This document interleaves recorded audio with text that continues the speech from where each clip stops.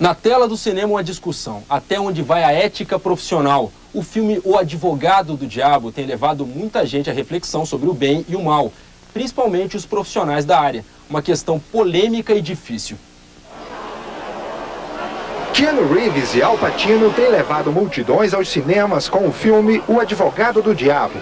As estrelas de Hollywood levam o espectador a mergulhar numa polêmica sempre atual, a ética profissional.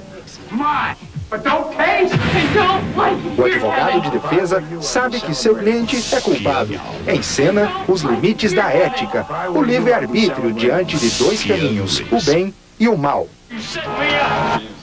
Para o cineasta André Ristum, o argumento é bom.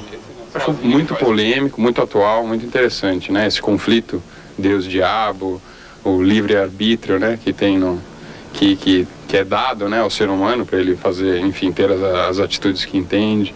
O advogado Agnaldo Bife vê a questão da ética colocada no filme como um dilema comum a qualquer ser humano. No advogado, ela se torna mais evidente, quase uma rotina. Aquelas situações, elas são comuns. O advogado, na verdade, é o primeiro juiz da causa.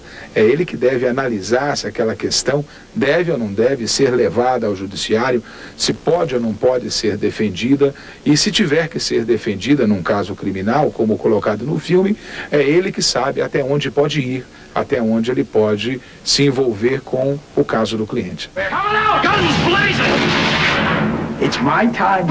E todas essas questões que envolvem ética profissional, o bem e o mal, nós vamos conversar agora com o psiquiatra Flávio D'Andrea, nosso convidado aqui no estúdio. Boa tarde. Boa tarde. Doutor Flávio, qual que é o atual conceito de ética profissional? Bom, do ponto de vista da ética profissional propriamente, não há mudanças nenhuma, né? É o respeito pelos valores individuais, respeito pelos valores sociais e uma atitude assim, correta em relação às necessidades que as pessoas têm de serem seres humanos acima de qualquer coisa.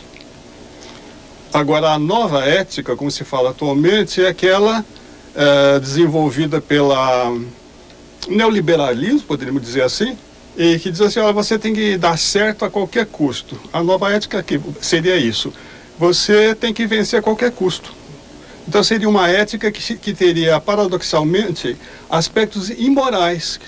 Seria uma ética imoral, é um paradoxo, mas seria uma ética imoral, quer dizer, dar-se bem a qualquer custo. Não importa que você pise em outras pessoas, não importa que você viole valores sociais, religiosos, humanísticos, contanto que você se saia bem.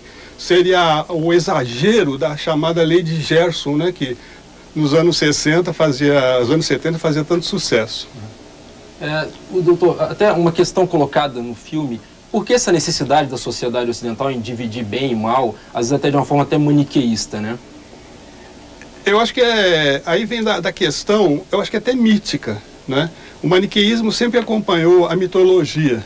O bem e o mal existem separadamente, porque é muito difícil você trabalhar com o bem e o mal integrado dentro de você, né? Então você tem que separar, ou você é bom ou você é mal, porque você não consegue lidar com os aspectos ambíguos dessa dualidade. Às vezes você é bom, às vezes você é mal ao mesmo tempo, por razões e motivos diversos. Então, às vezes no tempo da mitologia grega, né, que se colocava assim, a ubris, né, como o protótipo da ambição, da ultrapassagem dos limites, da vitória dos instintos sobre a sociedade, e que depois era a própria representação do mal, quer dizer, ultrapassar os limites seria então ultrapassar o mal. Depois haveria então o castigo para isso, né, que todo o ultrapassagem de limites envolveria um castigo. Então haveria aquilo que se chama de patos, que seria o sofrimento por você ter sido muito orgulhoso, muito ganancioso, muito, enfim, competidor com os próprios deuses, né? E quem cobrava isso, então, era a Moira, né, que era aquele elemento que seria o destino, né, que cobraria isso de você. Ultrapassou os limites, ultrapassou os quinhões que são devidos a você, você terá que pagar com patos, com o sofrimento, seja através do seu próprio sofrimento, ou seja através de perda ou de sofrimento de pessoas às quais você está ligado. Doutor Flávio, agora o filme fala muito também da questão do livre-arbítrio. O senhor acredita em livre-arbítrio? Quer dizer, a gente pode fazer o que quiser da nossa vida, ou a gente já nasce com um destino traçado, ou as duas coisas interagem? Como que é isso? A psicanálise coloca isso de uma maneira muito interessante. O livre-arbítrio seria um aspecto da consciência, né? Quer dizer, você é capaz de decidir, aí no caso, sobre o bem e sobre o mal, e depois você pagar pelas consequências disso. Você escolhe o seu destino. Aí, quando Freud descobriu o inconsciente, ele descobriu que esse livre-arbítrio não era tão livre assim, porque havia motivações inconscientes que faziam com que as pessoas tomassem essa ou aquela atitude, independente da vontade consciente dele. Então, a coisa é dual, né? Mas, de qualquer maneira, o livre-arbítrio está ligado ao conceito de caráter, né? Que está ligado também à vontade. Quer dizer, o caráter seria o seu próprio destino. Doutor Flávio, agradecemos muito a participação do senhor.